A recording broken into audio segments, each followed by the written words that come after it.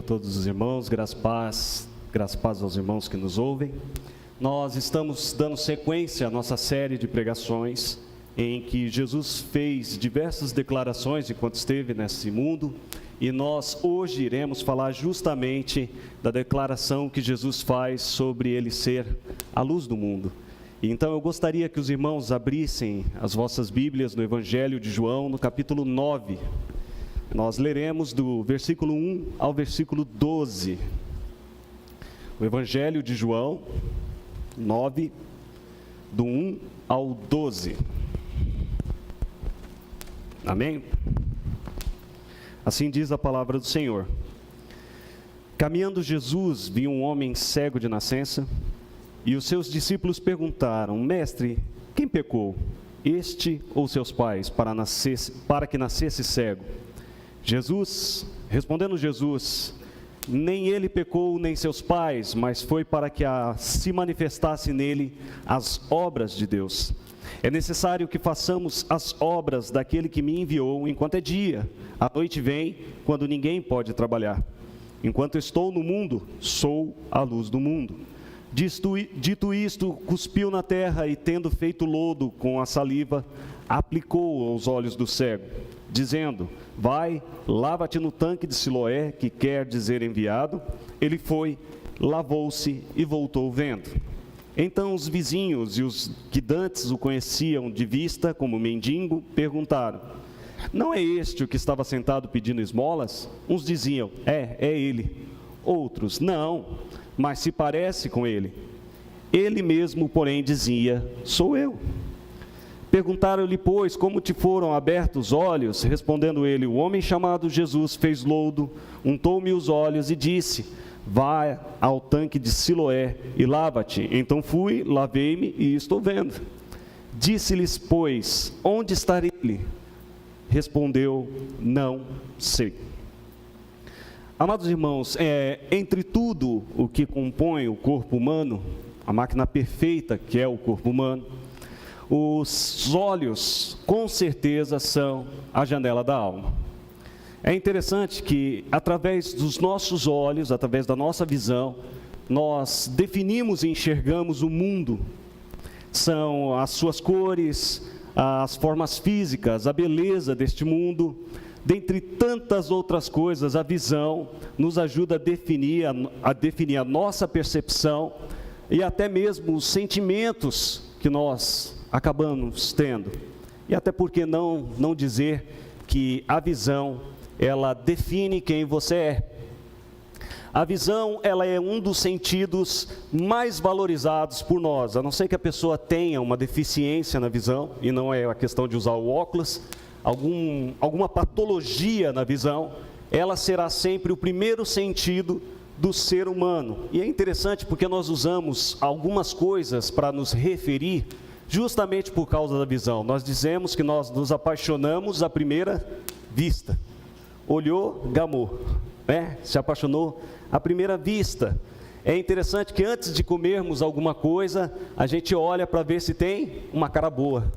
A gente diz: olha, isso aqui está muito bom, porque você está olhando para a comida. E uma das coisas que eu acho mais incrível é quando você está conversando com uma pessoa, ela está sem o óculos, ela fala: para um minutinho. Ela põe o óculos e fala: agora você pode dizer. Agora eu estou te ouvindo, né? Como se o óculos ajudasse na audição. É uma coisa muito intrínseca do ser humano. Eu não sei se você sabe, mas o seu sistema visual, ele é uma máquina perfeita. Quando eu estudei optometria, eu fiquei muito impressionado com a grandeza que Deus fez o sistema visual. Na realidade, você está enxergando dois pastores silvano aqui na frente. E, inclusive, eu estou de ponta cabeça, em preto e branco, e no meio da visão há um buraco negro, que nós chamamos de ponto cego. E você vai me dizer: mas eu estou vendo um silvano, você está colorido, e você está tudo certinho. O que acontece? Na realidade, em uma velocidade muito rápida, que você não tem noção, o seu cérebro conserta toda a imagem que os seus olhos estão captando. É um sistema muito preciso, muito rápido em uma comunicação entre o seu sistema visual e o seu cérebro. Agora, entretanto de nós estarmos falando dessa perfeição do sistema visual, existe um fator que interfere 100% na visão do ser humano, e esse fator é a luz. Sem luz, o sistema visual está totalmente prejudicado. Sem luz, geralmente, se você estiver em um ambiente claro e apagarem a luz, levará um tempo até que seus olhos se acostumem com a escuridão. Mas pode ter certeza que você não vai conseguir definir aquilo que você está vendo no escuro. O sistema visual, ele não funciona direito no escuro. E é interessante nós notarmos isso, porque quando nós lemos o Evangelho de João, nós encontraremos entre as declarações de Jesus algo fundamental para a vida humana: luz. Jesus, ele é a luz e a vida de toda a humanidade. É assim que João define a Jesus. O objetivo de João, quando ele escreveu o evangelho dele, ele deixa muito claro, no capítulo 20, de 30 a 31, bem no finalzinho do evangelho, ele deixa claro, o objetivo de João era demonstrar para gentios, gregos ou qualquer um que quisesse saber, que Jesus era Deus. E isso não é muito difícil de fazer essa relação com aquilo que nós chamamos de luz, porque os gregos acreditavam que a luz era um Deus. Para os gregos nós tínhamos Apolo, Hélios. Para os egípcios nós tínhamos Ra, Amon e outras deidades solares.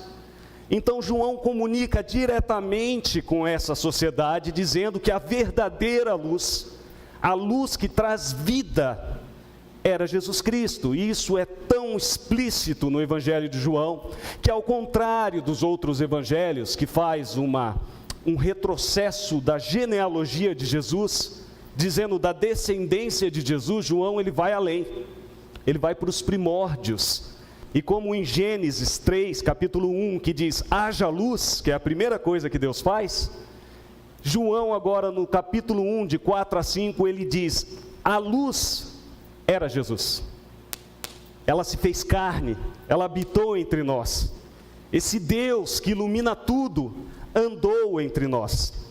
E é interessante, irmãos, porque no capítulo que nós acabamos de ler, no capítulo 9, nós encontraremos os relatos ali presentes da cura de um cego de nascença. Porém, existe neste mesmo capítulo algumas questões fundamentais e outros cegos que não conseguem responder. Homens que enxergavam, mas não conseguiam responder uma declaração de Jesus fundamental. E essa declaração, essa questão que esses homens precisavam responder, era justamente, quem sou eu diante da luz do mundo? E é justamente, irmãos, neste domingo, o que eu gostaria de analisar junto com os irmãos, quem sou eu diante da luz do mundo? Entretanto, eu gostaria de propor aos irmãos que nós analisássemos juntos as questões das cegueiras que são apresentadas neste capítulo 9 de João, exposta então pela luz verdadeira, e desta forma então eu gostaria de analisar com os irmãos a primeira cegueira que é apresentada no Evangelho de João, que é a cegueira da arrogância. João 8:32, a palavra de Deus nos diz, e conhecereis a verdade, muito conhecido, e a verdade vos libertará.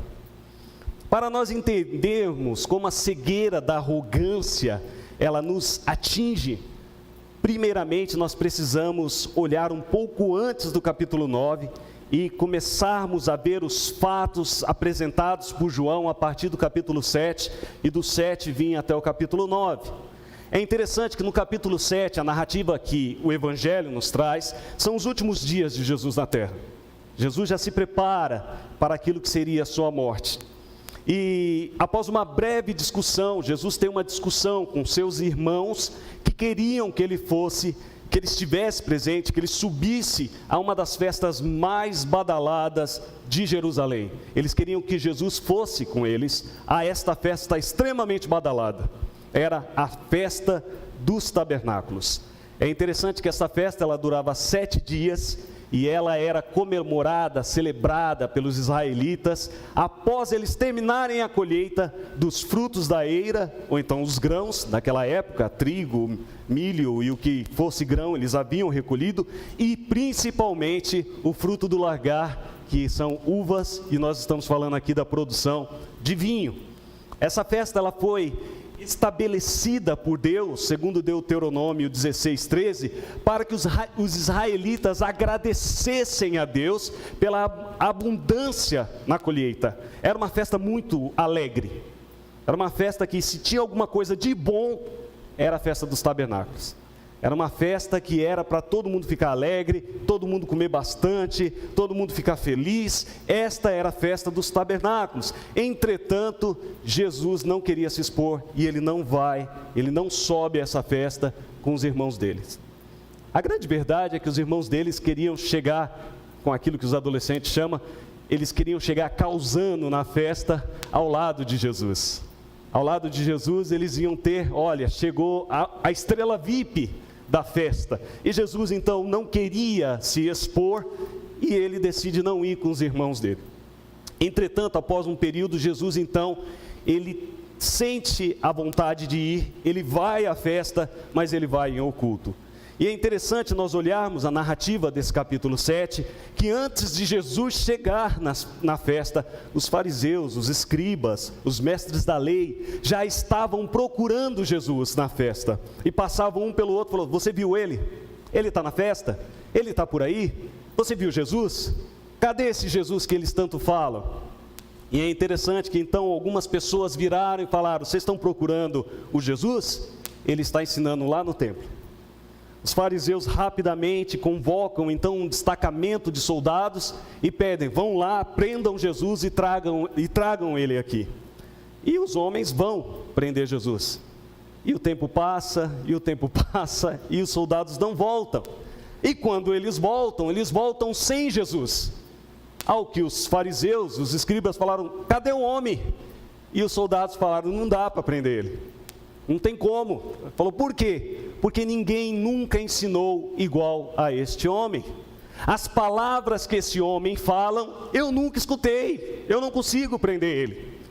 E aí então, o que acontece é que Jesus então se retira dessa festa badalada, que é a festa dos tabernáculos, e vai para o Monte das Oliveiras. Ele espera a situação abaixar um pouco, e de madrugada ele volta a ensinar no templo. E novamente acontece um fato que todos nós conhecemos, uma história linda que João registra. Jesus está ensinando no templo, Jesus está ensinando aquelas pessoas, de repente um burbúrio, um barulho, uma mulher é jogada na frente de Jesus. E os escribas e fariseus dizem: olha, ela foi pega em adultério, ela tem que ser apedrejada.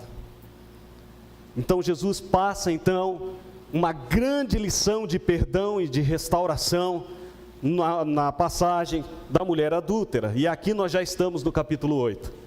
E é justamente no capítulo 8, no versículo 12, que o Mateus Piva leu, que Jesus diz: de novo lhes falava. Quer dizer, Jesus ele para o ensinamento, ele corrige os fariseus, ele restaura a vida da prostituta. Veja como isso é dinâmico.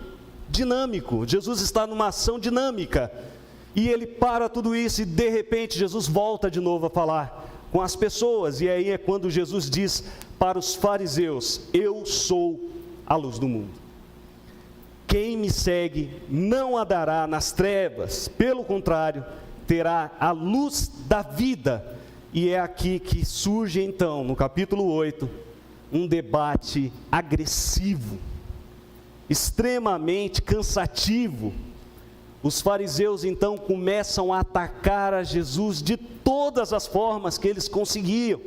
E o que segue então é a tentativa de Jesus de esclarecer, iluminar o coração de homens que se gloriavam por conhecer a lei.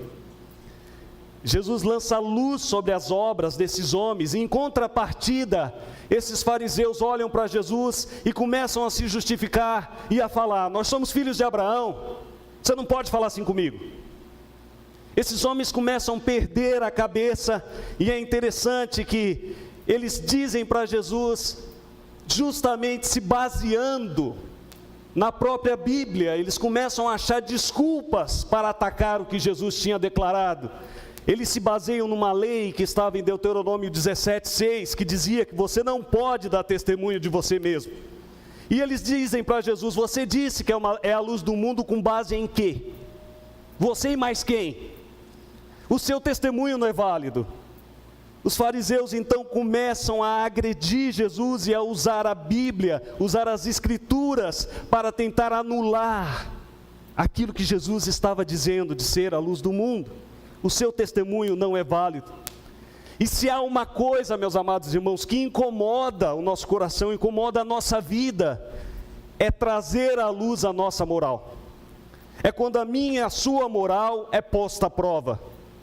Não há nada mais difícil do que quando nossos erros são expostos. Quando nós estamos perante e fala: você fez isso, você fez aquilo, você fez isso. Isso arde em nós.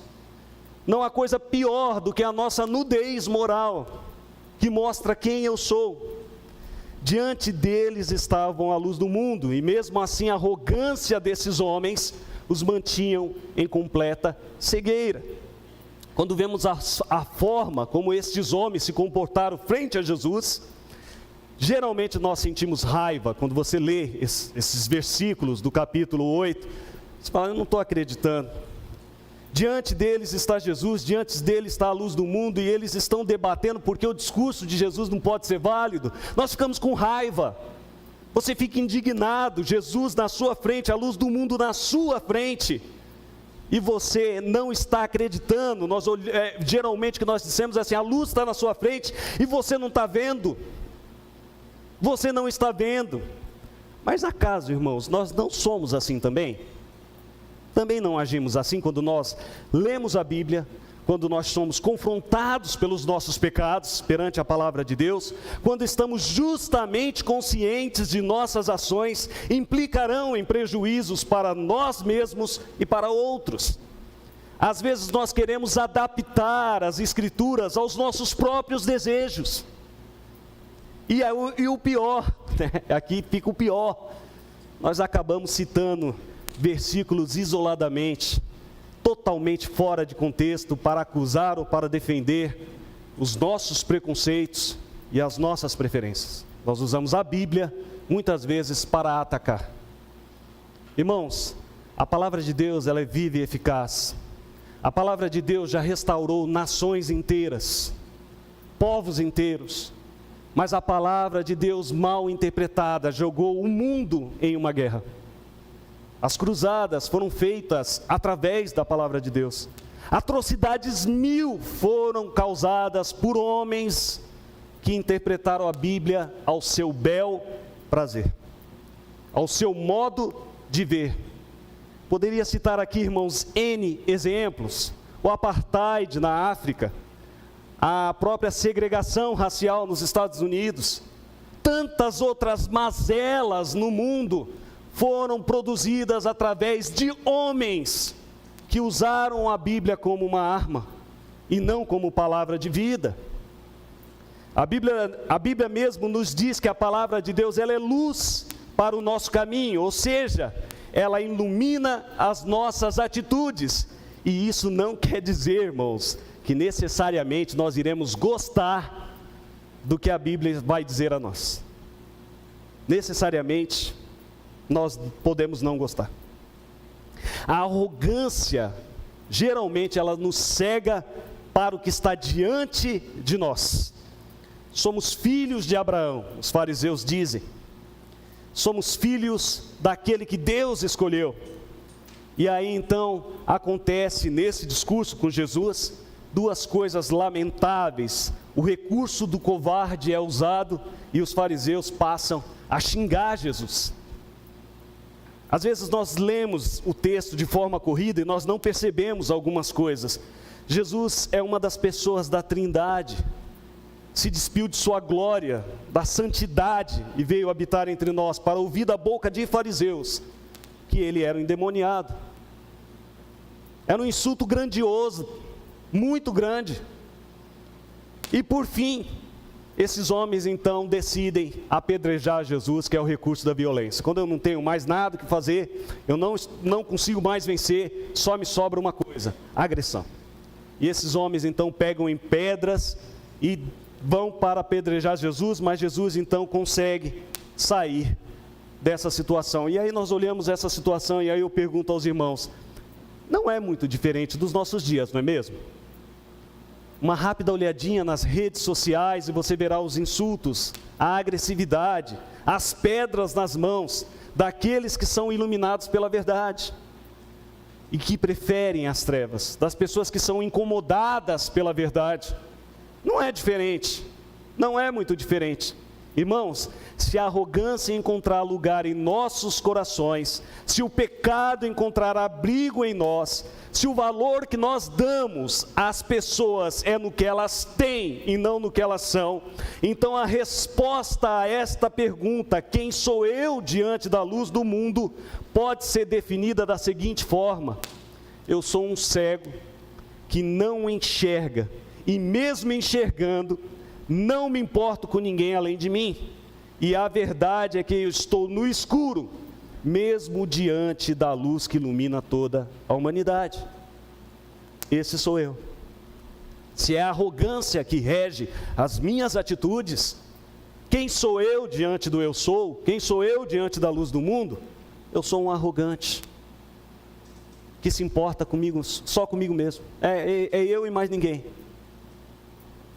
Por fim, então, Jesus ele se retira dessas pessoas que preferem as trevas, e novamente a luz que ele tem irá iluminar a todos que o buscam, a todos que buscam o amor.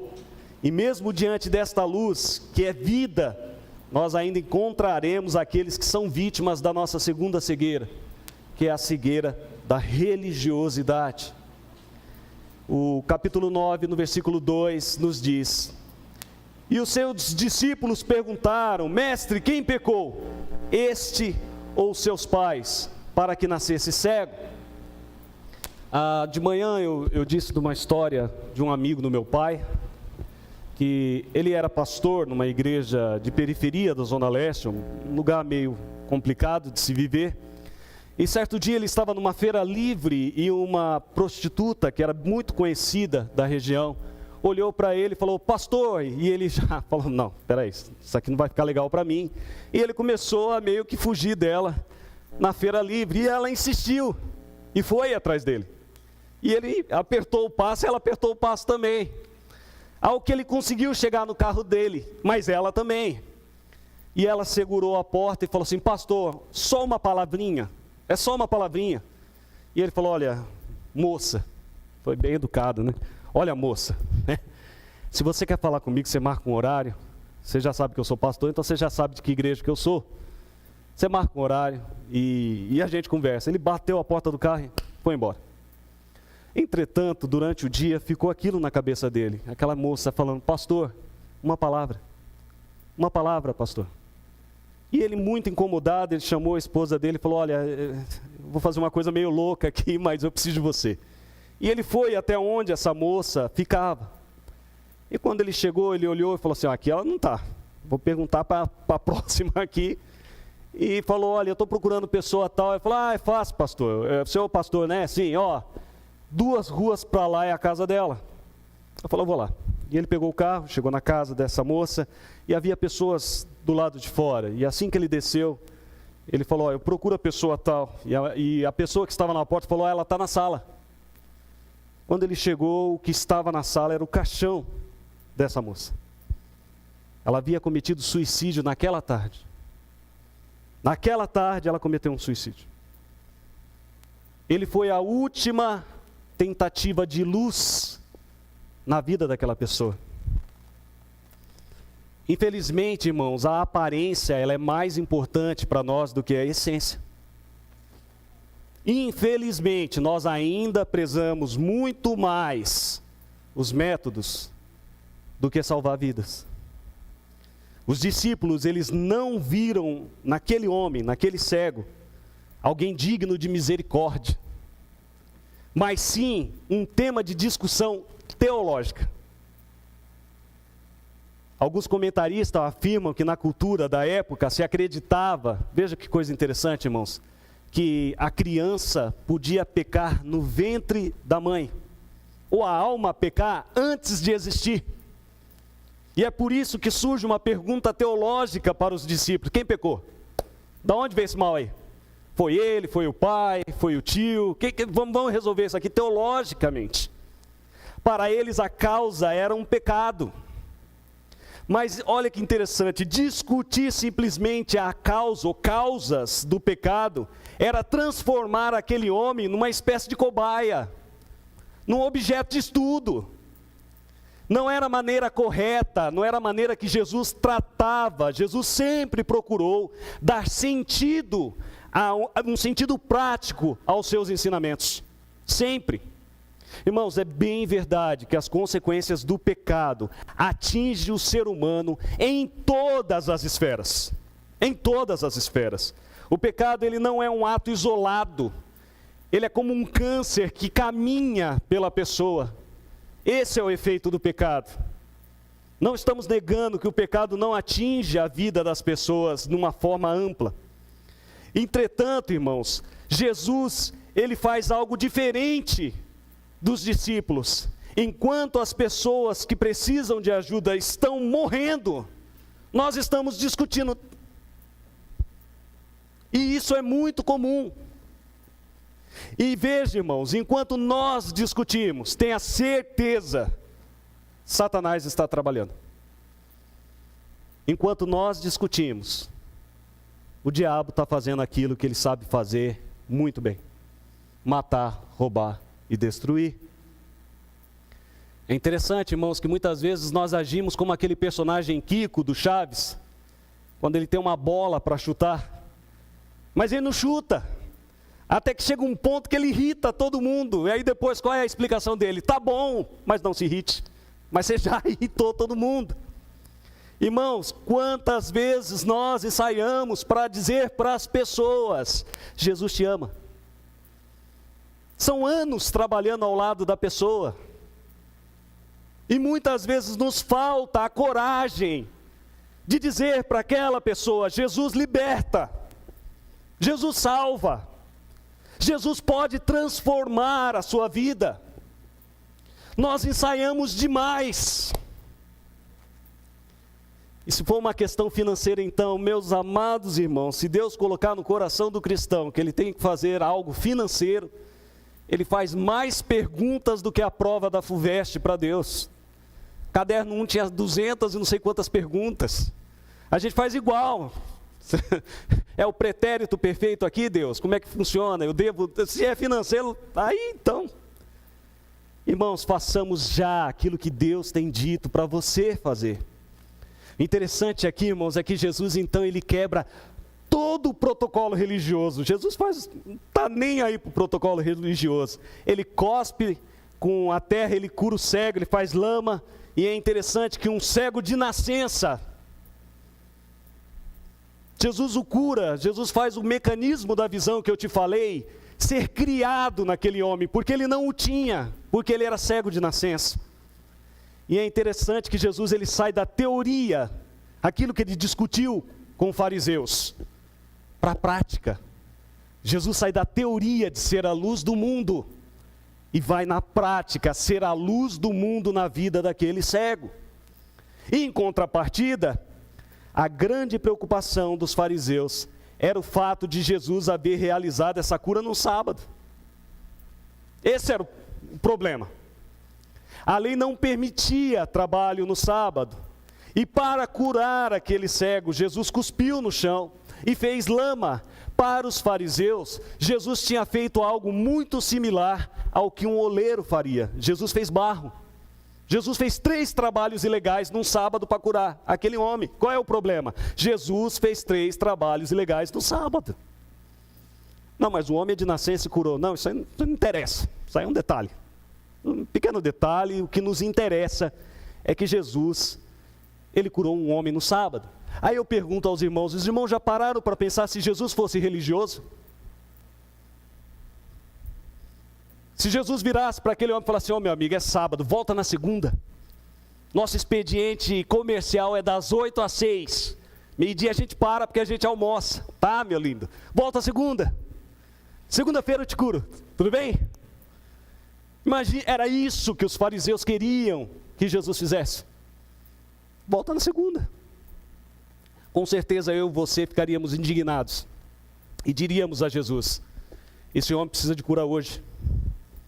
É para hoje, Jesus. Como assim volta na segunda? Mas exatamente o que fazemos quando a religião ela é mais importante do que Jesus Cristo. A aparência ela é mais importante do que o ser.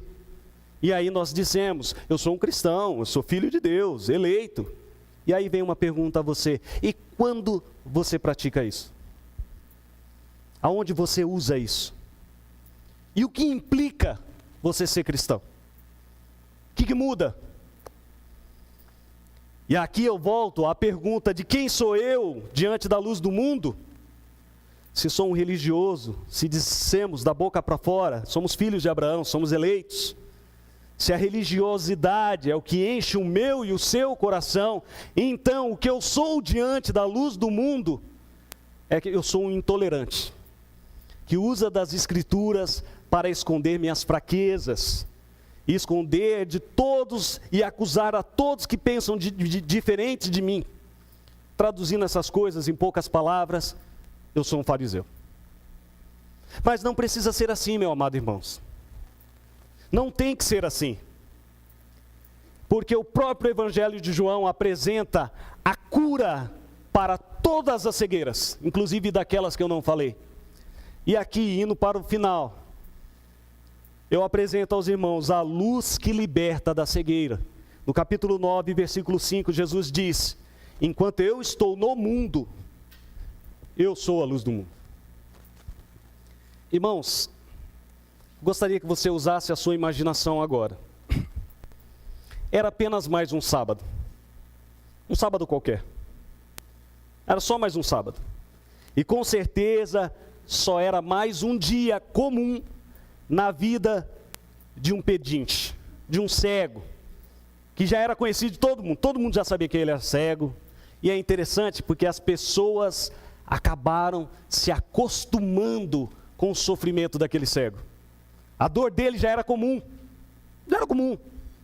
a sofrência que ele passava, as coisas que ele tinha que lutar para ter, para as pessoas aquilo já era comum. Ele já era conhecido das pessoas, não por quem ele era. Uma coisa muito interessante aqui: qual é o nome desse cego?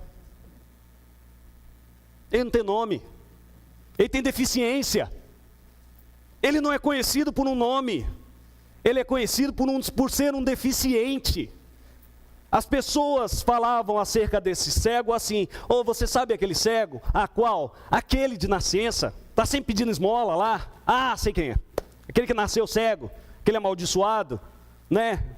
Porque nasceu cego, era amaldiçoado. O amaldiçoado é ele mesmo. Ele não tinha nome. As pessoas o conheciam pela sua deficiência.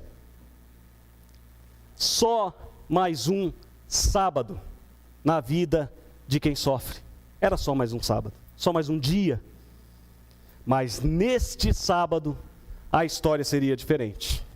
No capítulo 9, 1, nos diz: caminhando Jesus, viu um homem cego de nascença. Quem viu o cego? Foram os discípulos, os fariseus? Não. Jesus viu o cego. Foi o próprio mestre que percebeu o ignorado, o isolado, e a luz do mundo, então, para o seu foco de luz em cima daquele homem desprezado e necessitado. Alguém que, mesmo querendo enxergar, não conseguia ver a luz. Os irmãos já pensaram as mãos ásperas desse homem, de tanto tentar entender o mundo ao redor dele, de tanto tentar tocar? Quanto sofrimento! E agora, na vida daquele homem, de repente, algumas pessoas pararam perto dele, e elas estão conversando sobre aquilo que provavelmente o cego já tinha ouvido antes. Eles estão falando da minha miséria, eles estão dizendo que eu sou amaldiçoado, Porque foi essa a pergunta dos discípulos: quem pecou? Qual o pobre coitado aí? Para o cego, eu já ouvi isso várias vezes. Todo mundo que passa por mim diz isso. Eu sou amaldiçoado, um grande pecador por ter nascido assim, já ouvi isso, ó, muitas vezes. Você é assim mesmo, sabia? Você não muda. Tudo que você faz dá errado. Você não presta. Ah, tinha que ser você, né? Já ouviu isso? Quantas vezes? Quantas vezes você já não foi vítima disso também? Ah, de você eu já esperava. Não me surpreende. Não me surpreende. Eu já sabia. Eu já sabia. Então, enquanto os discípulos estão ali especulando as causas prováveis da cegueira daquele homem cego de nascença, Jesus simplesmente coloca foco naquilo que é importante, irmãos, na ação. O versículo 4 diz que Jesus diz: é necessário que façamos as obras daquele que me enviou enquanto é dia. A noite vem quando ninguém pode trabalhar. É como se Jesus dissesse, enquanto vocês estão discutindo, que tal a gente ter foco? Vamos trabalhar? Vamos fazer aquilo que Deus mandou a gente fazer? Vamos ser igreja? Vamos evangelizar? Vamos! Então Jesus lança a sua luz sobre aquele homem e de repente o cego ouve uma explicação. Essa sim, ele nunca tinha ouvido. Nunca tinha ouvido. E a verdade então invade aquela vida. Ele nunca tinha ouvido aquilo. Espera aí, como assim? Para a glória de Deus? Eu não sou um amaldiçoado? Eu não pequei na pré-existência, nem no ventre da minha mãe? Não foi o pecado dos meus pais? Isso eu nunca ouvi. O que esse homem está dizendo? E de repente dedos com lama encostam nos olhos daquele que já tinha perdido a esperança de enxergar a vida. E esse homem então vai à caminhada do tanque de Siloé. Essa caminhada se torna, irmãos, a luz que alcança o coração de um homem que perdeu há muito tempo a esperança de ser renovado, de ver o mundo com outros olhos. E de repente, após, irmãos, aquele homem sair daquele tanque, eu fico imaginando, gostaria que você imaginasse comigo, eu nunca enxerguei o céu. Eu nunca vi as pessoas. Quer saber uma coisa? Eu nunca vi eu mesmo. Após ter um encontro com Jesus, meu amado irmão, agora é os vizinhos do cego que já não sabem mais nem quem ele é. Olha que coisa, olha o que Jesus fez. Versículo 8 e 9 diz que então os vizinhos do que dantes conheciam de vista como mendigo, veja, ele não tem nome, é um mendigo. Perguntavam: ué, mas não é esse aí que estava sentado pedindo esmola? Uns diziam: não pode. Como assim? O lado da esmola é desde pequenininho. Meu filho estudou com ele. Você não conseguiu passar da primeira série. Conheço. Quantas vezes não ajudei, dei uma moeda. Não é esse cara não. Não é. Outros diziam: parece com ele. Se parece, mas eu acho que também não é não. E ele mesmo disse: não, gente, sou eu mesmo. Sou eu. Sou eu.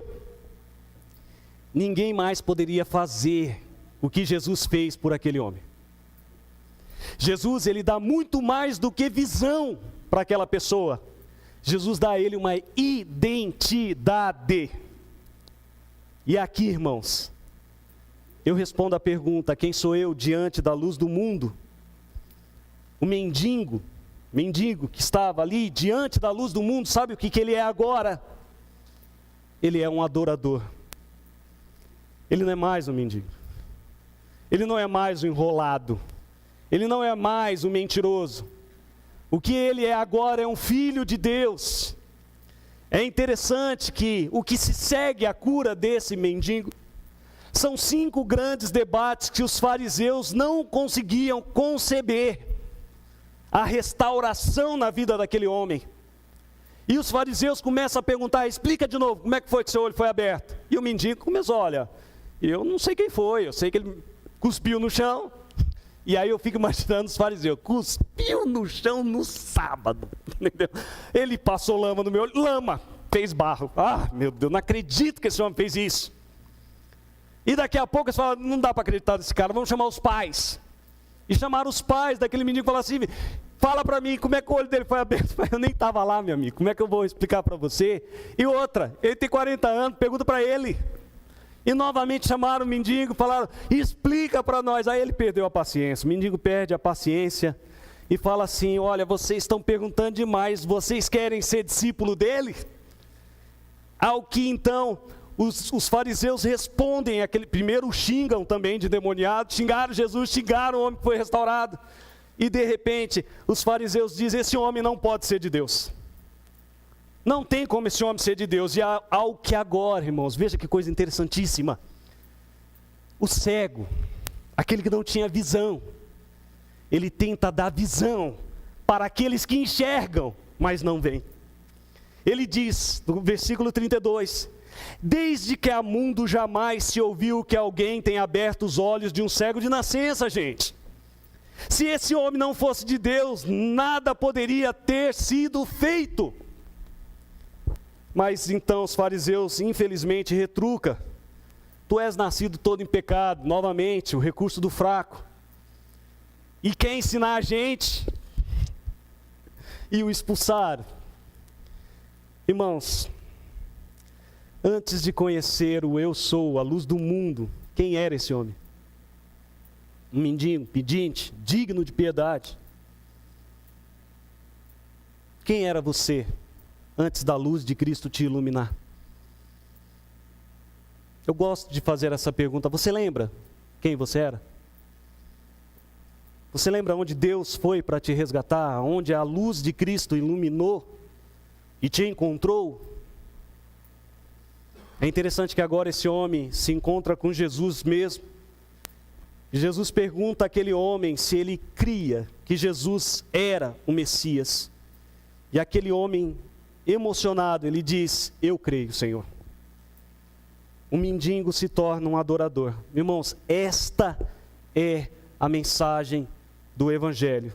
A luz do verbo, Jesus, ele pode tirar qualquer um das trevas em que se encontra. Não há trevas que a luz de Cristo não possa iluminar. Não há. Não há lugar tão profundo que a luz de Cristo não possa alcançar. Aquilo que nos é impossível, a Deus não é impossível. Quem é iluminado por Jesus, jamais, irmão, será o mesmo. Não dá. Não dá para ser o mesmo.